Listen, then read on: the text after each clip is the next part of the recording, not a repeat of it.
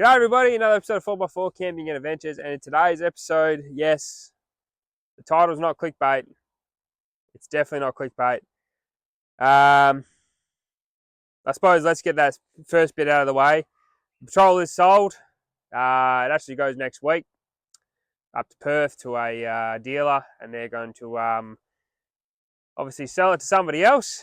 All the problems have been fixed, and let me talk to you about where we're at, what's happened, what happened with Nissan, and essentially the process that brought me here, because I do actually love this car and it's been really good to me, and it was definitely hard to sell, that's for sure. So, I wanted to keep it for 10 years. There was a bit of a plan for it, but I definitely lost a lot of faith after what happened with Nissan and all that kind of stuff. So, yeah, let's go through the details. As I said, truth and factual. There's no BS here.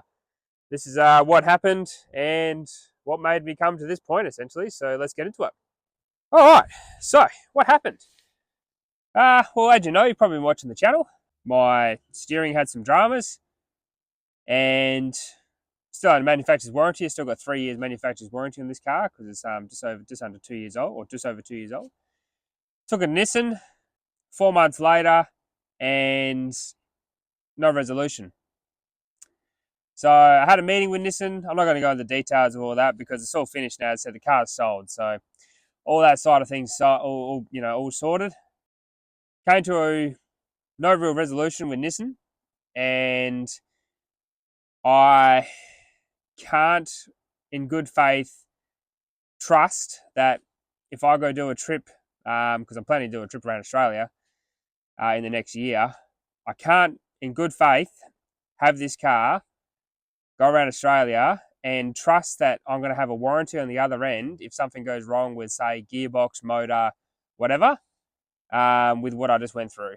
So it's definitely left a bad taste in my mouth, because we're talking about a $90,000 vehicle, and the issues that it has are linked back to manufacturer's parts, which is really frustrating because they should be warranting those things. They shouldn't be trying to ducking and weaving, trying to get out of, it's been lifted and all that kind of stuff. They should not be trying to duck and weave out of their parts they made for their car, which have become obviously faulty.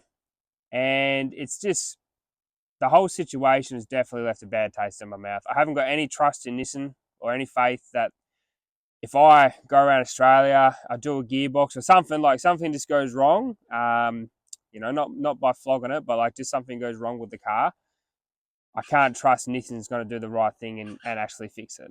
Because if it takes 4 months just to get a steering column fixed, how long is it going to take to get a gearbox, engine, motor? I can't do it. I just can't. I don't have the faith. I've got a 5-year warranty, and I don't have the faith that they're going to do their job. So, and as you know, motor and gearbox and all those kind of things that are quite expensive. I think a motor for these is about 20 grand. I think a gearbox is around the same kind of money. That's a lot of money to be stranded on the side of the road and having after sales support and all that kind of stuff. So definitely,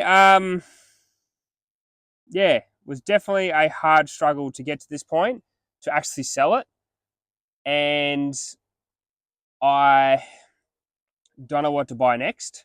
I don't know what 4-wheel drive to go with. I feel like I want to go back to a dual cab ute because I really enjoyed my Trident. If you guys are here back from my Trident days, I really had a cool setup with that and I really enjoyed it, and I kind of want to do that again. So dual cab ute's definitely on the cards. So I'm a little bit lost because, I built this to be a 10-year car. So that was sort of my time frame, my plan, and here I am selling it. So yeah, I don't know what to get.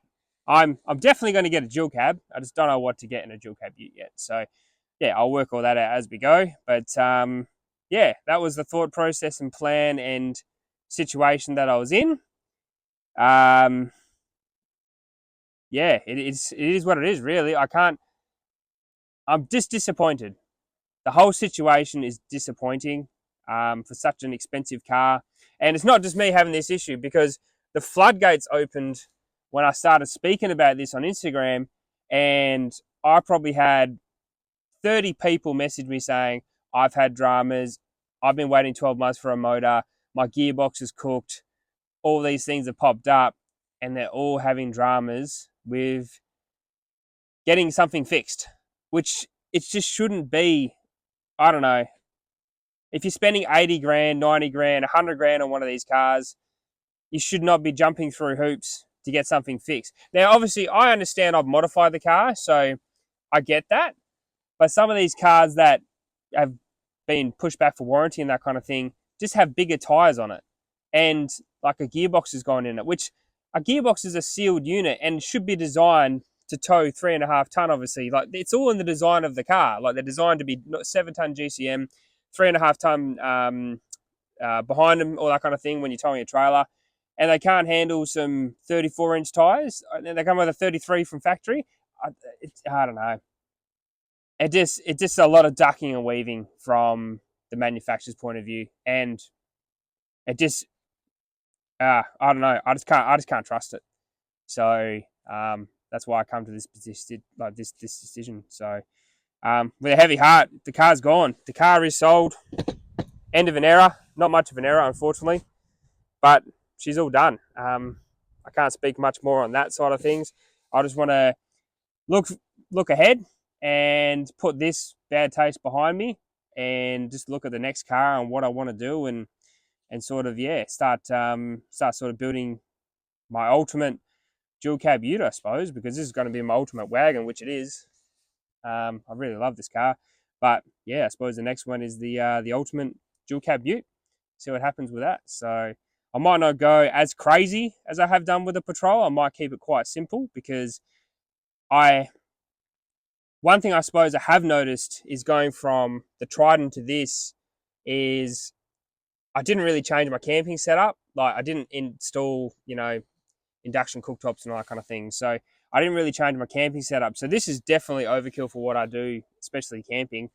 So I might keep it a little bit more simple and everyman on the next car. So obviously the car is going to be a newish car. So it's not going to be like an everyman can go buy this car, but you should be able to do this to every dual cab ute. That's my sort of theory behind the idea. So it should be really cool. I'm really excited. A build is always fun. It's definitely disappointing getting rid of this. I got one last trip. I'm actually going down to Albany for a Easter weekend. So this will be coming out after the actual car's gone and sold. So I wanted to film it now. But I got one last trip in the beast, so I'm really excited about that. Going down to Albany for Easter, and I'm going to go camp up and just do my last trip in the Patrol. So that should be really cool. But yeah, that's the video, guys. Patrol was gone, unfortunately. Yeah, here we are. But I don't know what else to say, guys. Like, it is what it is. I've got no faith, so I can't, in good faith, keep this car without hanging over my head if something goes wrong. So anyway, that'll be the video. Thanks so much for watching. Subscribe, like, all that kind of cool stuff. And I suppose in the next video, you'll probably see me in a new car. So look out for that one. And if I don't see you on the tracks and trails, I might see you in the next video. If I don't see you in the next video, guys, I shall see you later. Enjoy your Sunday, and have a good Easter. Bye.